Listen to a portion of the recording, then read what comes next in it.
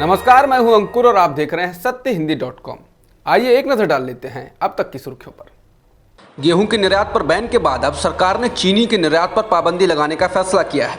मंगलवार को विदेश व्यापार महानिदेशालय यानी DGFT ने एक अधिसूचना में कहा कि चीनी का निर्यात 1 जून से प्रतिबंधित श्रेणी में रखा गया है।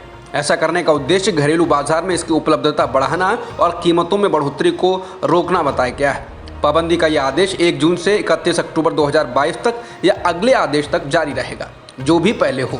हालांकि आदेश में यह भी स्पष्ट किया गया है कि ये पाबंदी CXL और TRQ के तहत यूरोपीय संघ और अमेरिका को निर्यात की जा रही चीनी पर लागू नहीं होगी। बिहार में जाति आधारित जनगणना को लेकर अब सर्वदलीय बैठक 1 जून को की जाएगी। JDU संसदीय कार्य मंत्री विजय चौधरी ने कहा कि बीजेपी जो पहले इसका विरोध करती थी, अब इस बैठक में शामिल होगी।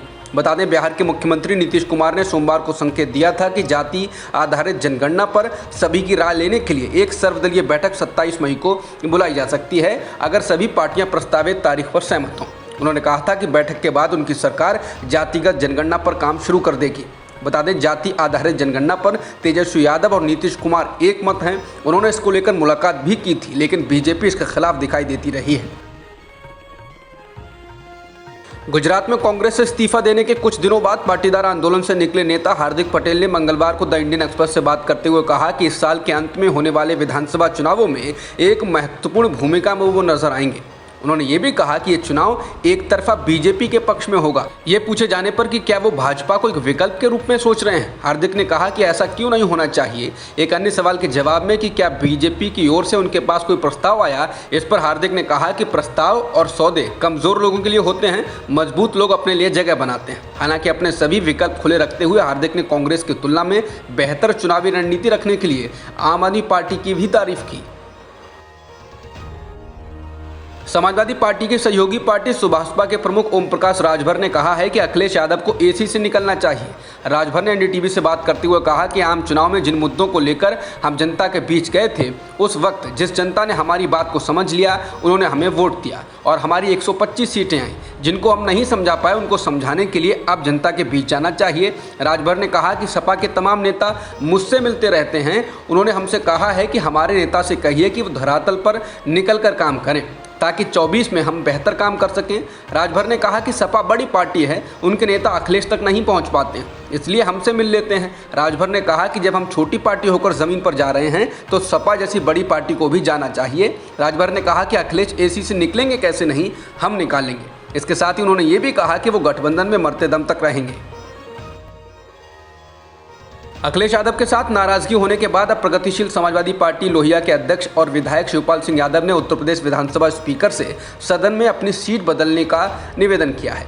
समाचार एजेंसी PTI ने उत्तर प्रदेश विधानसभा के एक वरिष्ठ अधिकारी के हवाले से इसकी जानकारी दी। कहा जा रहा है कि इसके पीछे की वजह यह हो सकती है कि शिवपाल यादव समाजवादी पार्टी के विधायकों के साथ संभवतः नहीं बैठना चाहते हैं। आंध्र प्रदेश के गुंटूर शहर में स्थित जिन्ना टावर का नाम बदले जाने की मांग को लेकर बीजेपी के कार्यकर्ताओं ने जोरदार प्रदर्शन किया। कार्यकर्ताओं का नेतृत्व पार्टी के राष्ट्रीय सचिव सुनील देवधर ने किया। पुलिस ने देवधर सहित कई कार्यकर्ताओं को हिरासत में ले लिया। बीजेपी कार्यकर्ताओं की मांग है कि जिन्ना टावर का नाम भारत के पूर्व राष्ट्रपति APJ अब्दुल कलाम के नाम पर रखा जाना चाहिए। इस मांग को लेकर बीजेपी के कार्यकर्ताओं ने मंगलवार को गुंटूर शहर में मार्च निकाला। बीजेपी नेता सुनील देवधर ने कहा कि राज्य की YS जगन रेड्डी सरकार अल्पसंख्यकों का तुष्टीकरण कर रही है।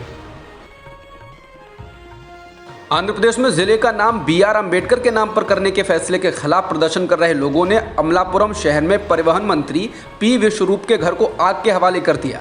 इसके अलावा कई और जगह भी आगजनी की गई। प्रदर्शनकारियों की भीड़ नए बने कोनसीमा जिले का नाम बदलकर BR अम्बेडकर के नाम पर करने से गुस्साई थी। सैकड़ों प्रदर्शनकारियों ने जिला कलेक्ट्रेट तक मार्च निकाला और नारेबाजी की। उन सभी ने सर्वसम्मति से कहा कि उन्हें कोनसीमा जिले के अलावा कोई और नाम नहीं चाहिए। सरकार का कहना है कि जिले का नाम BR अम्बेडकर के नाम पर रखने के लिए जिले की बहुसंख्यक दलित आबादी ने अपील की थी, लेकिन गैर दलित समाज इसका विरोध कर रहा है। अमेरिका के टेक्सास में हुए एक दिल दहला देने वाले हादसे में एक शख्स ने 21 लोगों की गोली मारकर हत्या कर दी। मरने वालों में 19 बच्चे भी शामिल हैं। अधिकांश बच्चों की उम्र 7 से 10 साल के बीच है। कई बच्चे घायल भी हुए हैं और इनका इलाज चल रहा है। अमेरिका में इन दिनों एक बार फिर से इस तरह की वारदात बढ़ने लगी है। ये घटना टेक्सास के उवाल्डे में रॉब एलिमेंट्री स्कूल में मंगलवार दोपहर को हुई। टेक्सास के गवर्नर ग्रेट ने कहा कि हमलावर की उम्र 18 साल थी और उसने इस हत्याकांड को अंजाम देने से पहले अपनी दादी को भी गोली मार दी। गवर्नर ने बताया कि हमलावर अपने वाहन से स्कूल के बाहर आया और बंदूक लेकर स्कूल में घुस गया। पुलिस ने जवाबी कार्रवाई में उसे मौत के घाट उतार दिया। 19 बच्चों समेत 21 लोगों की गोली मारकर हत्या करने की घटना को लेकर अमेरिकी राष्ट्रपति जो बाइडेन ने कहा कि अब समय आ गया है कि हम इस दुख को कार्रवाई में बदलें। बाइडेन ने कहा कि हम ये लगातार क्यों होने दे रहे हैं, अब समय आ गया है जब इस पीड़ा को हमें एक्शन में बदलना होगा। बाइडेन ने कहा कि इस देश के हर चुने हुए अधिकारी को स्पष्ट करना होगा कि अब कदम उठाने का समय आ गया है।